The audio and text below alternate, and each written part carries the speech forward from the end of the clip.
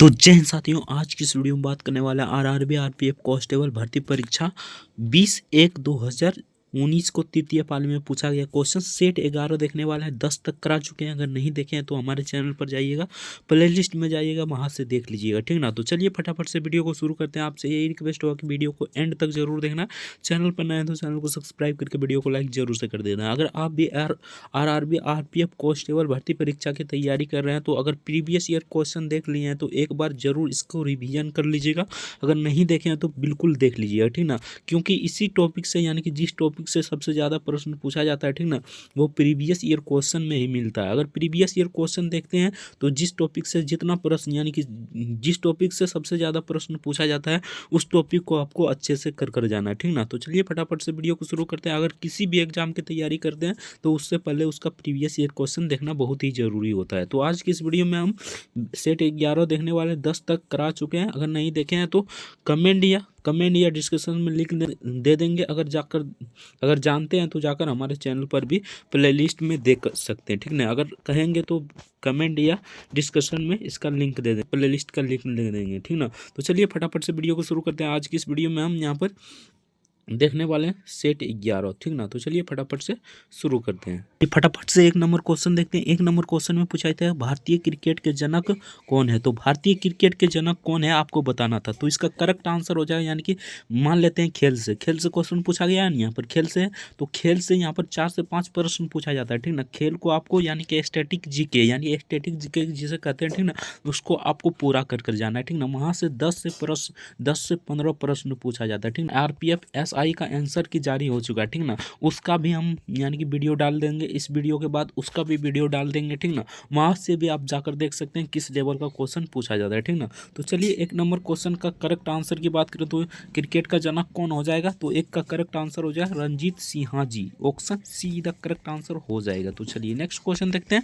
Next यहाँ पर 2 number question में पूछा गया था निम्न में से कौन सी ग्रंथि इंसुलिन स्रावित करती है। तो कौन सी ग्रंथि इंसुलिन स्रावित करती है आपको बताना था। 2 का करेक्ट आंसर यहाँ पर हो जाएगा अग्नाशय। Option C the correct answer हो जाएगा। तो चलिए नेक्स्ट क्वेश्चन देखते हैं। आपसे यही रिक्वेस्ट होगा कि वीडियो को एंड तक यानी लास्ट तक जरूर देखना है, ठीक ना। तो 3 नंबर क्वेश्चन में पूछा था सांप्रदायिक निर्वाचन के जनक किसे कहा जाता है। तो सांप्रदायिक निर्वाचन के जनक किसे कहा जाता है। तो 3 का करेक्ट आंसर हो जाएगा लॉर्ड मिंटो को कहा जाता है। लॉर्ड मिंटो को कहा जाता है। Option B the correct answer हो जाएगा। तो चलिए नेक्स्ट देखते हैं। नेक्स्ट यहाँ पर 4 नंबर क्वेश्चन में पूछा गया था, सिंपल सा क्वेश्चन है, भारत का राष्ट्रगान कब अपनाया गया। तो भारत का राष्ट्रगान कब अपनाया गया था। तो 4 का करेक्ट आंसर हो जाएगा ऑप्शन सी, यानी कि 4 का करेक्ट आंसर हो जाएगा यहाँ पर ऑप्शन डी हो जाएगा, ठीक ना। ऑप्शन डी हो जाएगा 24 जनवरी 1950 को, ठीक ना। 24 जनवरी 1950 को राष्ट्रगान को अपनाया गया था, ठीक ना। तो और 15 अगस्त 1947 को देश आज़ाद हुआ था, ठीक ना। और 26 जनवरी 1950 को संविधान पूर्ण तरह से लागू हुआ। तो ये भी आपको याद रखना है। तो इसका करेक्ट आंसर हो जाएगा राष्ट्रगान कब अपनाया गया था। तो 24 जनवरी 1950 को मनाया गया था। तो चलिए नेक्स्ट क्वेश्चन देखते हैं। अपनाया गया था, ठीक ना, अपनाया गया था, ठीक ना। राष्ट्रगान अपनाया गया था 24 जनवरी 1950 को। तो चलिए नेक्स्ट क्वेश्चन देखते हैं। नेक्स्ट यहाँ पर 5 नंबर क्वेश्चन में पूछा गया था, ठीक ना, थोड़ा छोटा कर लेते हैं। तो 5 नंबर में पूछा था निम्न में से किस हड़प्पा स्थल में गोदी यानी डॉक योर्ट थी। तो इसका करेक्ट आंसर क्या हो जाएगा। तो 5 का करेक्ट आंसर हो जाएगा लोथल में। Option B the correct answer हो जाएगा लोथल में यहाँ पर गोदी थी। तो चलिए नेक्स्ट क्वेश्चन देखते हैं। नेक्स्ट यहाँ पर पूछा गया क्वेश्चन था option B the correct answer हो जाएगा। तो 6 नंबर क्वेश्चन में पूछा था मसौदा समिति का अध्यक्ष कौन थे। तो मसौदा समिति के अध्यक्ष कौन थे आपको बताना था। तो इसका करेक्ट आंसर हो जाएगा डॉक्टर भीमराव अम्बेडकर। डॉक्टर भीमराव अम्बेडकर जिसे संविधान के जनक भी कहा जाता है। अगर संविधान का जनक पूछे तो डॉक्टर भीमराव अम्बेडकर हो जाएगा, ठीक ना। तो इसका करेक्ट आंसर मसौदा समिति का अध्यक्ष डॉक्टर भीमराव अम्बेडकर हो जाएगा। Option A the correct answer हो जाएगा। तो चलिए नेक्स्ट देखते हैं। नेक्स्ट यहाँ पर 7 नंबर क्वेश्चन में पूछा था स्लाइडिंग घर्षण स्थैतिक घर्षण से यहाँ पर से या के होता है। तो क्या होता है आपको बताना है। तो 7 का करेक्ट आंसर हो जाएगा छोटा होता है, यानी स्लाइडिंग घर्षण स्थैतिक घर्षण से छोटा होता है। Option D the correct answer हो जाएगा। तो चलिए नेक्स्ट क्वेश्चन देखते हैं। अगर अभी तक वीडियो को लाइक नहीं किए हैं तो आपसे रिक्वेस्ट होगा कि वीडियो को लाइक जरूर से कर देना। इस वीडियो को एंड तक यानी लास्ट तक जरूर देखना, आपसे यही रिक्वेस्ट होगा, ठीक ना। तो 8 नंबर क्वेश्चन में पूछा गया था निम्न में से किसमें झिल्ली से बंधे कोशिकांग अंगक नहीं होते हैं। तो किसमें कोशिकांग अंगक नहीं होते हैं, तो आपको बताना था अंगक नहीं होते हैं। तो 8 का करेक्ट आंसर हो जाएगा ऑप्शन बी, प्रोकैरियोटिक। प्रोकैरियोटिक में नहीं होता है, ऑप्शन बी इधर करेक्ट आंसर हो जाएगा। इसका करेक्ट आंसर ऑप्शन बी हो जाएगा। तो चलिए नेक्स्ट क्वेश्चन देखते हैं। अगर अभी तक वीडियो को लाइक नहीं किए तो आपसे रिक्वेस्ट होगा कि वीडियो को लाइक जरूर से कर दीजिएगा, ठीक ना। तो चलिए 9 नंबर क्वेश्चन देखते हैं। 9 नंबर क्वेश्चन में पूछा था योगा अभ्यास में मछली की मुद्रा को कहते हैं। तो मछली की मुद्रा को क्या कहते हैं? तो 9 का करेक्ट आंसर हो जाएगा मत्स्य पालन। मत्स्य पालन कहते हैं, ऑप्शन ए इधर करेक्ट आंसर हो जाएगा। सिंपल सा क्वेश्चन था। तो चलिए नेक्स्ट देखते हैं। नेक्स्ट यहाँ पर 10 नंबर क्वेश्चन में पूछा था निम्न में से कौन सी फसल रबी फसल है। तो इनमें से कौन सी फसल रबी फसल है? रबी फसल कब बोई जाती है ये भी आपको याद रखना है। तो रबी फसल अक्टूबर नवंबर में बोई जाती है और जून जुलाई में काट ली जाती है, ठीक ना। यानी कि मान लीजिए अप्रैल मई में काट ली जाती है, यानी कि मार्च अप्रैल में काट ली जाती है। अक्टूबर नवंबर में बोई जाती है और मार्च अप्रैल में काट ली जाती है, ठीक ना। या नवंबर दिसंबर ये हो जाएगा, ठीक ना। तो ये किस में हो जाएगा? ज्वार तो नहीं होगा। ये कौन सा फसल हो जाएगा आप लोग कमेंट करके बताइएगा, ठीक ना। चावल नहीं है, हो जाएगा मक्का। यहाँ पर देख लेते हैं, मक्का है, बजरा है, चावल है, ठीक ना। उसके बाद ज्वार है। तो इसका करेक्ट आंसर क्या हो जाएगा? तो इसका करेक्ट आंसर हो जाएगा ज्वार। ज्वार इसका करेक्ट आंसर हो जाएगा। ज्वार रबी फसल है, ठीक ना, जो नवंबर दिसंबर में बोई जाती है और मार्च अप्रैल में काट ली जाती है, ठीक ना। उसके बाद यहाँ पर खरीफ फसल, यानी कि खरीफ फसल की बात करें तो ये तीनों खरीफ फसल हो जाएगा। और ये एक जायद फसल होता है जो गर्मी के समय में बोया जाता है। तो इसका करेक्ट आंसर हो जाएगा ज्वार। ऑप्शन बी इधर करेक्ट आंसर हो जाएगा। आई होप समझ में आ गया होगा, ठीक ना। तो चलिए 11 नंबर क्वेश्चन देखते हैं। 11 नंबर में पूछा था निम्न में से किस देश को सफ़ेद हाथी की भूमि कहा जाता है। तो किस देश को सफ़ेद हाथी की भूमि कहा जाता है आपको बताना है, ठीक ना। तो सिंपल सा क्वेश्चन है। 11 का करेक्ट आंसर हो जाएगा थाईलैंड को कहा जाता है। Option C the correct answer हो जाए। थाईलैंड को सफ़ेद हाथी की भूमि कहा जाता है। Option C the correct answer हो जाएगा। तो चलिए नेक्स्ट क्वेश्चन देखते हैं। नेक्स्ट यहाँ पर पूछा गया था 12 नंबर क्वेश्चन में बुक्सा बाग अभ्यारण्य कहाँ स्थित है। तो बुक्सा बाग अभ्यारण्य कहाँ स्थित है आपको बताना था। तो 12 का करेक्ट आंसर हो जाएगा Paschim Bengal. Option A the correct answer हो जाएगा। पश्चिम बंगाल इसका करेक्ट आंसर हो जाएगा। तो चलिए नेक्स्ट देखते हैं। नेक्स्ट यहाँ पर 13 नंबर क्वेश्चन में पूछा गया था निम्न में से कौन सा संगठन भारत में गरीबी रेखा को गणना करता है। तो कौन सी यहाँ पर संगठन गरीबी रेखा को गणना करता है आपको बताना है, ठीक ना। यहाँ हो जाएगा नीति आयोग, वित्त आयोग, CACO। तो इसका करेक्ट आंसर क्या हो जाएगा? तो 13 का करेक्ट आंसर हो जाएगा नीति आयोग। ये गरीबी रेखा को गणना करता है, ठीक ना। ऑप्शन ए इधर करेक्ट आंसर हो जाएगा। ऑप्शन ए नीति आयोग हो जाएगा, तो ठीक ना। और यहाँ पर बता दें नीति आयोग पहले योजना आयोग था। योजना आयोग की स्थापना कब हुआ था? तो 1950 में हुआ था, ठीक ना। ये भी आपको याद रखना है। योजना आयोग की स्थापना 1950 और नीति आयोग यानी योजना आयोग का ही एक रूप है जो बदलकर प्रधानमंत्री नरेंद्र मोदी इसका अध्यक्ष होता है, प्रधानमंत्री, ठीक ना। इसे भी आपको याद रखना है। इसका अध्यक्ष कौन होता है? PM, ठीक ना। और नीति आयोग की स्थापना कब हुई थी? तो 1 जनवरी 2015 को हुआ था, ठीक ना। ये भी आपको याद रखना, ठीक ना। ये भी पूछा जा सकता है, ठीक ना। तो इसका करेक्ट आंसर हो जाए नीति आयोग, यानी कि गरीबी रेखा का गणना नीति आयोग करता है। तो चलिए नेक्स्ट क्वेश्चन देखते हैं। नेक्स्ट यहाँ पर 14 नंबर क्वेश्चन में पूछा है तो निम्न में से किसे grand old man of India कहा जाता है। तो यहाँ पर grand old man of India किसे कहा जाता है? किससे कहा जाता है? दादा भाई नौरोजी, तो या तो गोपाल कृष्ण गोखले। तो सिंपल सा क्वेश्चन था। 14 का करेक्ट आंसर हो जाएगा दादा भाई नौरोजी को grand old man of India कहा जाता है। Option C the correct answer. Option C the correct answer हो जाएगा। तो चलिए नेक्स्ट क्वेश्चन देखते हैं। नेक्स्ट यहाँ पर 15 नंबर क्वेश्चन में पूछा था शीतकालीन ओलंपिक खेल 2018 कहाँ आयोजित हुए थे। तो ये कहाँ आयोजित हुआ था आपको बताना था। तो इसका करेक्ट आंसर हो जाएगा दक्षिण कोरिया में आयोजित हुआ था।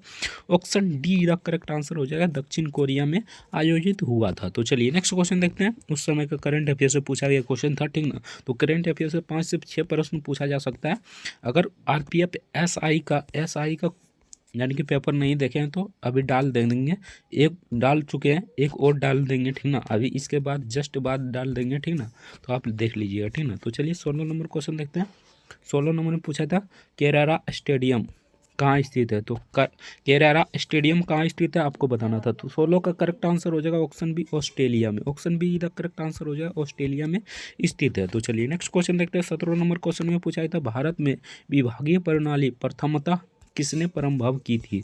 तो किसने परंभव की थी आपको बताना है। Lord Canning, Lord Mayo, Lord ब्लेजली। तो 17 का करेक्ट आंसर हो जाएगा 17 का यहाँ पर हो जाएगा ऑप्शन बी, लॉर्ड कैनिन ने मतलब परंभव किया था। Option B the correct answer हो जाएगा लॉर्ड कैनिन। तो चलिए नेक्स्ट क्वेश्चन देखते हैं। अगर अभी तक वीडियो को लाइक नहीं किए तो आपसे रिक्वेस्ट होगा कि वीडियो को लाइक जरूर से कर दीजिए, ठीक ना। और इस वीडियो को एंड तक यानी लास्ट तक जरूर देखना है, ठीक ना। तो 18 नंबर में पूछा था परमाणु भौतिक शास्त्र के जनक किसे कहा जाता है? तो परमाणु भौतिक शास्त्र के जनक किसे कहा जाता है आपको बताना है। तो 18 का करेक्ट आंसर हो जाए अर्नेस्ट रदरफोर्ड को। अर्नेस्ट रदरफोर्ड को परमाणु भौतिक शास्त्र के जनक कहा जाता है। Option B the correct answer हो जाएगा। तो चलिए नेक्स्ट देखते हैं। नेक्स्ट यहाँ पर 19 नंबर क्वेश्चन में पूछा था किस नदी पर हीराकुंड बांध बनाया गया है? तो सिंपल सा क्वेश्चन है, हीराकुंड बांध किस नदी पर बनाया गया? तो महानदी पर बनाया गया है। महानदी कहाँ से निकलती है? तो अमरकंटक से निकलती है। अमरकंटक से 3 नदी निकलती है, ठीक ना। आपको याद रखना है नर्मदा, ताप्ती और महानदी, ठीक ना। तो आपको ये भी याद रखना है। तो इसका करेक्ट आंसर हो जाएगा ऑप्शन ए। महानदी कहाँ पर मिलती है? तो अरब सागर, बंगाल की खाड़ी में मिलता है। ये बंगाल की खाड़ी में ये गिर जाता है, ठीक ना। तो ये भी आपको याद रखना है, ठीक ना। तो चलिए नेक्स्ट क्वेश्चन देखते हैं। नेक्स्ट यहाँ पर 20 नंबर क्वेश्चन में पूछा था निम्न में से किसने प्रसिद्ध खेल सांप सीढ़ी का सृजन किया था? तो सांप सीढ़ी का सृजन किसने किया था? आर्यभट्ट या ब्रह्मगुप्त, ज्ञानदेव? तो इसका करेक्ट आंसर क्या हो जाएगा? तो 20 का करेक्ट आंसर हो जाएगा ऑप्शन बी, ज्ञानदेव ने इसे शुरू किया था। यानी सांप और सीढ़ी का सृजन ज्ञानदेव ने किया था। Option B the correct answer हो जाएगा। तो चलिए नेक्स्ट क्वेश्चन देखते हैं। नेक्स्ट यहाँ पर पूछा था पर ट्री पद किस स्पोर्ट खेल से संबंधित है? तो ये किस खेल से संबंधित है आपको बताना था। तो इसका करेक्ट आंसर हो जाएगा कुश्ती से संबंधित है। ये शब्द कुश्ती से संबंधित है। Option B the correct answer हो जाएगा कुश्ती, इसका करेक्ट आंसर हो जाएगा। तो चलिए नेक्स्ट देखते हैं। उग्रवे की राजधानी है। तो उग्रवे की राजधानी कहाँ पर है? राजधानी और देश की राजधानी और राज्य की राजधानी, उसके बाद देश की मुद्रा, ये भी आपको कर जाना है, ठीक ना। इससे 1 से 2 प्रश्न पूछा जा सकता है, ठीक ना। तो आप रिक्स मत लीजिएगा, कर जाइएगा, ठीक ना। तो 22 नंबर क्वेश्चन में पूछा था उग्रवे की राजधानी क्या है? तो उग्रवे की राजधानी क्या है आपको बताना था। तो इसका करेक्ट आंसर हो जाए मोंटेवीडियो, यानी कि मोंटेवीडियो इसका करेक्ट आंसर हो जाएगा। Option C, option C the correct answer हो जाएगा मोंटेवीडियो उग्रवे की राजधानी है। तो चलिए नेक्स्ट क्वेश्चन देखते हैं। नेक्स्ट यहाँ पर 23 नंबर क्वेश्चन में पूछा गया था शासी निकाय यानी AKFI का पूर्ण रूप क्या है? यानी कि ये खेल से संबंधित है क्वेश्चन, ठीक ना। तो AKFI का संबंध क्या है आपको बताना था। तो 23 का करेक्ट आंसर हो जाएगा ऑप्शन डी, यानी कि यहाँ पर देख लेते हैं। तो ये हो जाएगा amateur kabaddi federation of India, amateur kabaddi federation of India. Option D the correct answer हो जाएगा। तो चलिए नेक्स्ट क्वेश्चन देखते हैं। नेक्स्ट यहाँ पर 24 नंबर क्वेश्चन में पूछा था सरकारी कर्मचारियों के चयन के लिए खुली प्रतियोगिता प्रणाली का प्रारंभ किस अधिनियम में दिया गया? तो किस अधिनियम में दिया गया था आपको बताना था। तो 24 का करेक्ट आंसर हो जाएगा चार्टर्ड अधिनियम 1853 में, 1853 में दिया गया था, ठीक ना। आपको ये याद रखना, ठीक ना। ये डेट आपको याद रखना, चार्टर्ड अधिनियम 1833। इसका करेक्ट आंसर 24 का करेक्ट आंसर हो जाएगा option B, option B the correct answer हो जाएगा। तो चलिए नेक्स्ट देखते हैं। नेक्स्ट यहाँ पर 25 नंबर क्वेश्चन में पूछा था वायु द्रव्यमान में उपस्थित जल वाष्प की मात्रा को खाली स्थान कहते हैं। तो इसे क्या कहते हैं आपको बताना है। तो 25 का करेक्ट आंसर हो जाए आर्द्रता कहते हैं, इसे आर्द्रता कहते हैं। Option A the correct answer हो जाएगा। तो चलिए नेक्स्ट क्वेश्चन देखते हैं। आपसे यही रिक्वेस्ट होगा कि वीडियो को एंड तक यानी लास्ट तक जरूर देखना है, ठीक ना। 26 नंबर क्वेश्चन में पूछा था जब कर लगाने से मूल्य में अनुपातहीन यानी अनुपातहीन में वृद्धि होती है तो यह दर्शाता है। तो यह क्या दर्शाता है आपको बताना था। तो इसका करेक्ट आंसर हो जाएगा सोपनी प्रभाव दर्शाता है। Option A the correct answer हो जाएगा सोपनी प्रभाव दर्शाता है। Option A the correct answer हो जाएगा। तो चलिए नेक्स्ट क्वेश्चन देखते हैं। नेक्स्ट यहाँ पर 27 नंबर क्वेश्चन में पूछा गया था निम्न में से किस महाद्वीप में मनुष्य नहीं रहते हैं? तो किस महाद्वीप में मनुष्य नहीं रहते हैं? तो अंटार्कटिका में मनुष्य नहीं रहते हैं। बाकी यूरोप, दक्षिण अफ्रीका, ऑस्ट्रेलिया सभी यानी 7 महाद्वीप है ना, 7 महाद्वीप जैसे एशिया, अफ्रीका, उसके बाद हो जाएगा उत्तरी अमेरिका, दक्षिण अमेरिका, उसके बाद यूरोप, उसके बाद मतलब ऑस्ट्रेलिया, ठीक ना, अंटार्कटिका, ऑस्ट्रेलिया। तो ये अंटार्कटिका में कोई नहीं रहता है, यानी कि option D the correct answer हो जाएगा, ठीक ना। पहले हो जाएगा यहाँ पर देखिए एशिया, उसके बाद यूरोप, ठीक ना, उसके बाद यूरोप, उत्तरी अमेरिका, दक्षिणी अमेरिका, अंटार्कटिका। यहाँ पर हो जाएगा क्या? तो यहाँ पर हो जाएगा यूरोप, यहाँ पर अफ्रीका हो जाएगा, ठीक ना, यहाँ पर यूरोप हो जाएगा और यहाँ पर ऑस्ट्रेलिया हो जाएगा, ठीक ना। तो इस जगह यहाँ पर है अंटार्कटिका, ठीक है। अंटार्कटिका में कोई आदमी यानी कि कोई भी यहाँ पर नहीं रहता, ठीक ना। यहाँ तक कि साइंटिस्ट भी यहाँ पर बनाया था अपना, मतलब कि जांच करने के लिए जो भी होता है, ठीक ना, उसका भी यहाँ पर सब कुछ धर चुका है, ठीक ना। तो इसका करेक्ट आंसर हो जाएगा Antarctica, option D the correct answer हो जाएगा। आई समझ में आ गया होगा, ठीक ना। तो चलिए नेक्स्ट देखते हैं। 28 नंबर क्वेश्चन में पूछा गया था, निम्न में से कौन से भारत से के सबसे पुराने सिक्के थे। तो कौन भारत के सबसे पुराने सिक्के थे आपको बताना था। तो 28 का यहाँ पर देख लेते हैं, 28 का नहीं, तो 28 का करेक्ट आंसर की बात करें तो इसका करेक्ट आंसर हो जाएगा ऑप्शन बी, पंचमार्क सिक्के, यानी पंचमार्क सिक्के, option B the correct answer हो जाए। सबसे पुराने सिक्के पंचमार्क सिक्के थे, option B the correct answer हो जाएगा। तो चलिए नेक्स्ट देखते हैं। नेक्स्ट यहाँ पर 29 नंबर क्वेश्चन में पूछा था, गुड गवर्नमेंट ऑफ इंडिया के लिए अधिनियम के बाद किसे भारतीय प्रशासन पर संपूर्ण अधिकार दिया गया था। तो किसे दिया गया था आपको बताना था, ठीक ना। तो 29 का करेक्ट आंसर हो जाएगा ऑप्शन, यहाँ पर देख लेते हैं। तो इसका करेक्ट आंसर हो जाएगा ब्रिटिश हाउस को दिया गया था, option D the correct answer हो जाए ब्रिटिश क्राउन, यहाँ पर ब्रिटिश क्राउन हो जाता है, option D the correct answer हो जाएगा। तो चलिए नेक्स्ट देखते हैं। नेक्स्ट यहाँ पर 30 नंबर क्वेश्चन में पूछा था, राजनीतिक में व्यूह के कार्यकाल का उल्लेख किस में किया गया है। तो किस में किया गया है आपको बताना है, ठीक ना। तो 30 का करेक्ट आंसर यहाँ पर हो जाएगा संसदीय प्रथा में, option D the correct answer हो जाएगा संसदीय प्रथा में किया गया है। तो चलिए नेक्स्ट देखते हैं। 31 नंबर क्वेश्चन में पूछा गया था, निम्न में से किस अधिवेशन में महात्मा गांधी भारतीय राष्ट्रीय कांग्रेस के अध्यक्षता चुने गए थे। तो यह हो जाएगा बेलगांव अधिवेशन में, सिर्फ एक बार, यानी कि एक बार ही महात्मा गांधी बेलगांव अधिवेशन में 1924 ईस्वी में यानी कि अध्यक्षता किया था, ठीक ना। तो आपको सिंपल से याद रखना है, बेलगांव में कब, तो यहाँ पर 1924 ईस्वी में मात्र एक बार अध्यक्षता किया था, ठीक ना। जेल से बाहर आने के बाद तुरंत अध्यक्षता कर दिया, ठीक ना, इसमें अध्यक्षता कर दिया था, आपको याद रखना है, ठीक ना। 6 साल का सजा हुआ था, ठीक ना, उसमें से 2 साल कटने के बाद महात्मा गांधी मतलब सेहत खराब होने की वजह से वो बाहर आए थे और डायरेक्ट चल गया अध्यक्षता करने, ठीक ना, कांग्रेस की अध्यक्षता करने। तो बेलगांव अधिवेशन में सिर्फ एक बार, यानी कि एक बार 1924 में गांधी जी ने अध्यक्षता किया था कांग्रेस के अधिवेशन में। तो चलिए नेक्स्ट देखते हैं, सिंपल सा आपको याद रखना है, ठीक ना।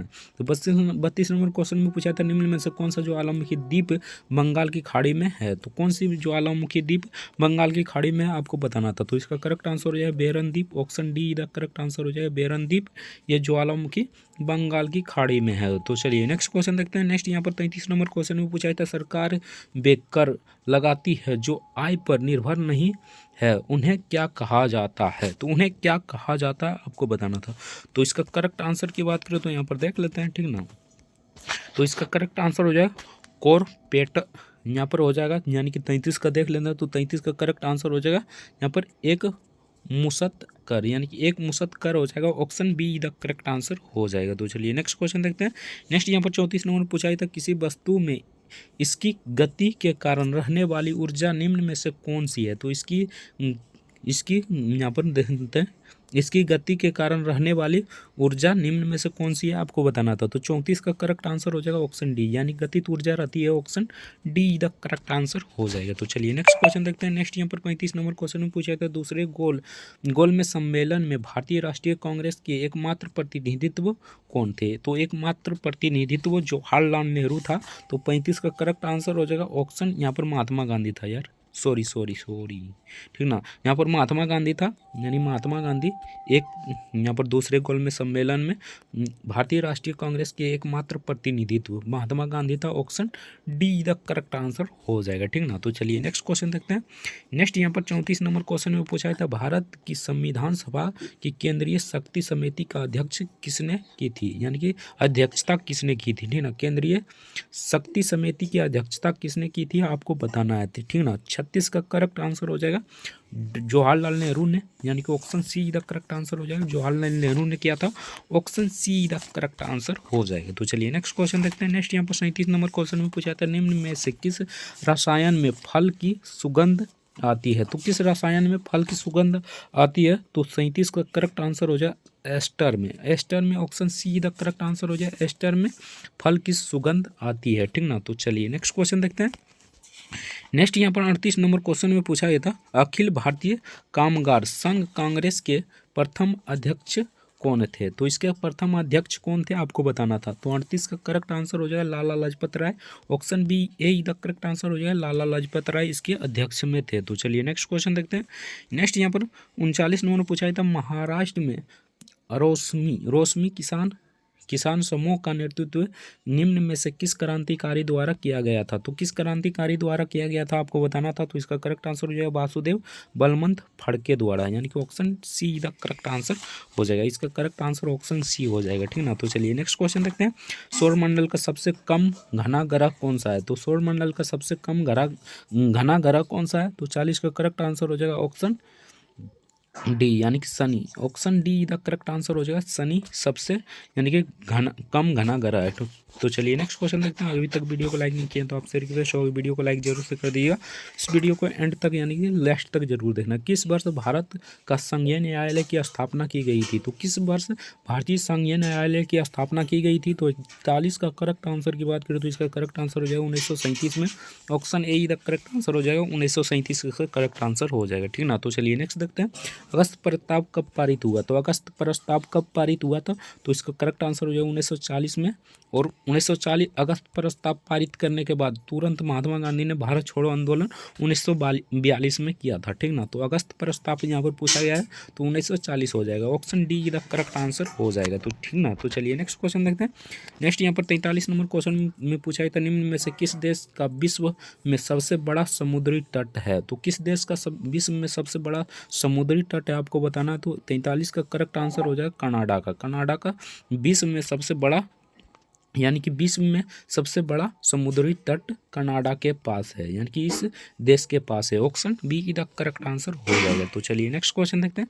नेक्स्ट यहाँ पर 44 नंबर पूछा था, शरीर में प्रवेश करने वाली अकर्मक जीवाणुओं से लड़ने के लिए मानव शरीर द्वारा निम्न में से क्या उत्पन्न किया जाता है? तो मानव द्वारा क्या उत्पन्न किया जाता है ताकि वह अकर्मक जीवाणुओं से लड़ सके? तो 44 का करेक्ट आंसर हो जाएगा ऑप्शन ए प्रतिजैविक उत्पन्न किया जाता है। Option A the correct answer हो जाएगा। तो चलिए नेक्स्ट देखते हैं। 45 नंबर पूछा गया था, किस भारतीय समाज सुधारक ने सती प्रथा के उन्मूलन के लिए आंदोलन किया था? तो राजा राम मोहन राय ने किया था। सिंपल सा क्वेश्चन था, option C the correct answer हो जाएगा, ठीक ना। इसका करेक्ट आंसर 45 का करेक्ट आंसर हो जाएगा ऑप्शन सी, ठीक ना, राजा राम मोहन राय, ठीक ना। तो चलिए नेक्स्ट देखते हैं। 46 नंबर पूछा था, अस्पुत क्या है? अस्पुत क्या है आपको बताना है, ठीक ना। तो 46 का करेक्ट आंसर हो जाएगा सावधान टिल्ला, यानी सावधान टिल्ला हो जाएगा। Option A the correct answer हो जाएगा। तो चलिए नेक्स्ट देखते हैं। 47 नंबर क्वेश्चन में पूछा था, निम्न में से किस देश का रैंक मानव विकास सूचकांक में सबसे अधिक है? तो रैंक मानव सूचकांक विकास में सबसे अधिक कौन सा देश है आपको बताना था, ठीक ना। तो 47 का करेक्ट आंसर हो जाएगा नॉर्वे का। Option A the correct answer हो जाएगा नॉर्वे। तो चलिए नेक्स्ट देखते हैं। 48 नंबर में पूछा था, जनगणना 2011 के अनुसार भारत में निम्न में से कौन सा राज्य सर्वाधिक जनसंख्या वाला राज्य है? तो सिंपल सा क्वेश्चन है, यूपी है, सबसे अधिक जनसंख्या कहाँ पर है? तो यूपी में। सिंपल सा क्वेश्चन था, option C the correct answer हो जाएगा, आप सभी जानते ही होंगे। तो चलिए नेक्स्ट देखते हैं। मुद्रा स्फूर्ति में M1 यानी कि M1 का घटक निम्न में से क्या है? तो इसमें से घटक क्या है आपको बताना है। तो 49 का करेक्ट आंसर हो जाएगा मुद्रा प्लस जमा राशियाँ, मुद्रा प्लस जमा राशियाँ। Option D the correct answer हो जाएगा। तो चलिए नेक्स्ट क्वेश्चन देखते हैं। नेक्स्ट यहाँ पर पूछा गया क्वेश्चन था, ठीक ना, 50 नंबर क्वेश्चन देखते हैं। 50 नंबर पूछा था, फसल के समर्थन में सरकार द्वारा निम्न में से किसकी घोषणा की गई है? तो किसकी घोषणा की गई है? तो 50 का करेक्ट आंसर हो जाए न्यूनतम समर्थन मूल्य का घोषणा किया गया है। Option C the correct answer हो जाएगा। बाकी यहाँ से आपका रीजनिंग का प्रश्न शुरू हो जाता है। अगर रीजनिंग और मैथ का सोल्यूशन चाहिए तो कमेंट में जरूर बताना। तो आपका कितना प्रश्न सही हुआ कमेंट करके जरूर बताना। बाकी मिलते हैं नेक्स्ट वीडियो में किसी नेक्स्ट टॉपिक के साथ। तब तक के लिए जय हिंद, जय भारत, वंदे मातरम। वीडियो देखने के लिए आपका बहुत बहुत धन्यवाद।